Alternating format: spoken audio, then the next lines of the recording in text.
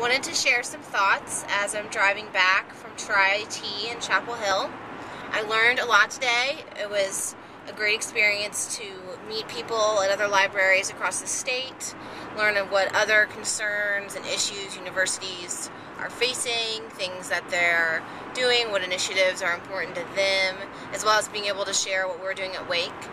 And so in the morning, it was mainly just updating each other on what's going on and learn some interesting things as far as that goes. A Duke student has innovated this way of putting heat sensors in their study rooms because they don't have a reservation system like we do, and students can go online, and if there's heat in the room, you know, that means that there's a person, is the assumption, so a student knows not to go walk up to use that room. So I don't know how necessary that is, but it's neat nonetheless. They also have put a webcam in front of their coffee line so people can look at the live stream and see whether or not it's worth it to go get in line. Other universities are doing similar explorations like we are as far as the iPad and the e-reader goes. Some grants have been awarded. That's sort of typical stuff. And in the morning, I saw a tour of two innovative classrooms at UNC as far as instructional design goes. They had some extra end-of-the-year money, and they redid one in an education building. It seats 48, and the chairs are all stationary on the ground, but they swivel 360 degrees, and they're in clusters of 4, and each cluster has 12, and all the clusters face inward towards the middle, and there's plenty of room between them for people to move around, have their book bags and whatnot. There are 2 projection screens and 2 boards, and in the future they hope to have a board and a projection screen on every side. They're still kind of working on the issues as far as sightline goes, but they found it to be really successful, and for the next semester they have more professors requesting it than they can handle, was the message that we got. There was a TA there to speak to us about the experience with the students because he is a TA for a review session for biology, and so the room is always full. And he says it really does foster more discussion because the students are just more apt to actually turn to one another and discuss out a topic. And because they're already facing inward towards this sort of each other ambiguous space, they're not as primed for, there's the info on the board, copy it down. So just even moving the furniture around that way creates a more innovative experience. So he said it was a success, and the students really do like it.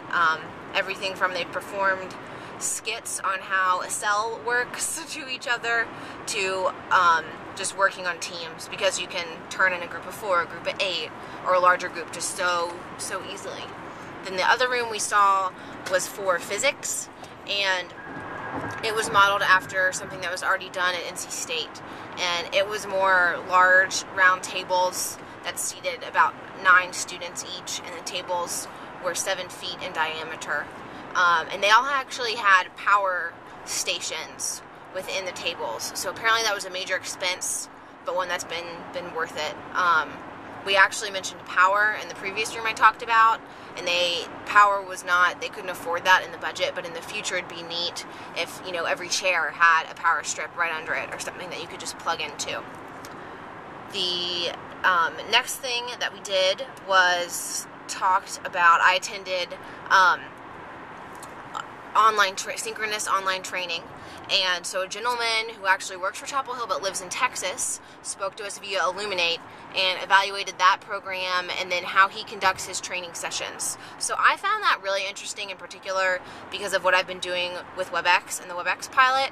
So was happy to see that some of the issues I found he also faces, and some of the solutions I've used to overcome those are not completely unique.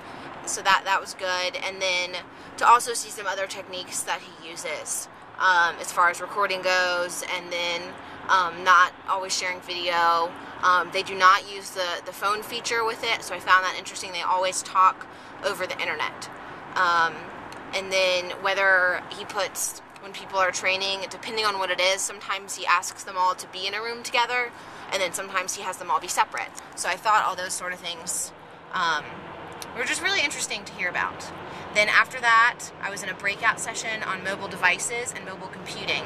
So because of what I'm doing with location-based applications, I went to that one. And it kind of turned into a lot of different things. We talked about the idea of gaming and why would someone want to be a mayor on Foursquare, and then what if we even, instead of having attendance, just had people check into their classroom and then you knew they were there, and maybe they got a virtual pin or something for going to class. I mean, would that make a student more willing to go? This sort of ambiguous reward that doesn't, really get you anywhere. And then even talking about different platforms. So if you're going to go and develop an app, the issue between the iPhone or Android, and then, well, let's just use HTML because everyone can access that. So that was an interesting discussion.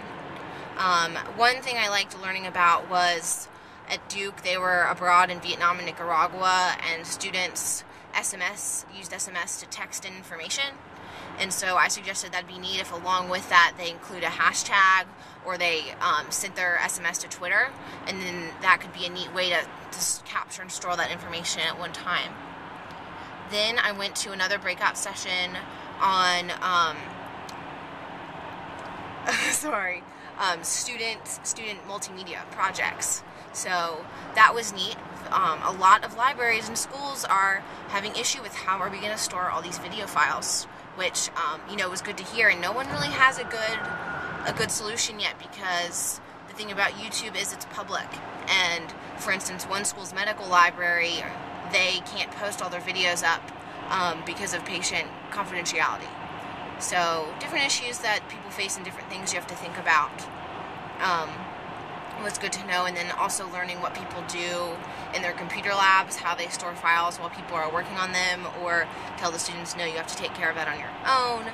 And then even issues on the faculty just decide to assign projects without thinking about how much time it takes students to learn the applications. They just assume the students already know it because of all that literature out there on digital natives. And sometimes that's not the case. Sometimes maybe a few students will know how to do it and feel really comfortable with, say, creating a video, but other students will just find it completely overwhelming. So how do you provide the correct support for that? And then even how do you make sure everyone's idea of a video is the same thing? One man talked about how the faculty seem to think a video is like this feature film production, whereas the students are just like, no, it's not quite that. We don't need to write a script. Just give me the camera and we're going to go. So really interesting talking about that. I did mention, I asked people what sort of projects they were at their, seeing at their universities, and how we had this video art project in our student art gallery, and how that was the first of that kind I'd seen, and I was wondering if that was happening at other places. So nothing that seemed quite like that, but people did mention the idea of digital art, and then sometimes using video, sometimes not. But overall, it was a great day. I'd never been to UNC Chapel Hill before, so it was neat, and I got to see a couple friends afterwards, and ran into a few people I didn't expect. So overall, it was a great day, and really good to get re-energized about technology and the different ways we can use it. So thanks for listening.